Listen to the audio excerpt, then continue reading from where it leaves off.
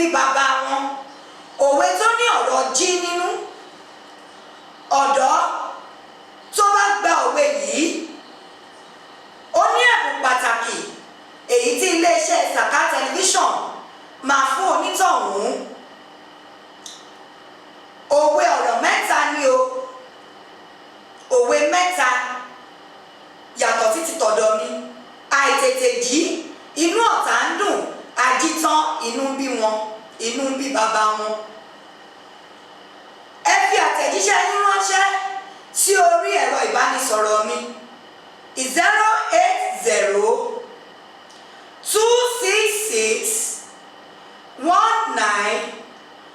080-266-19458.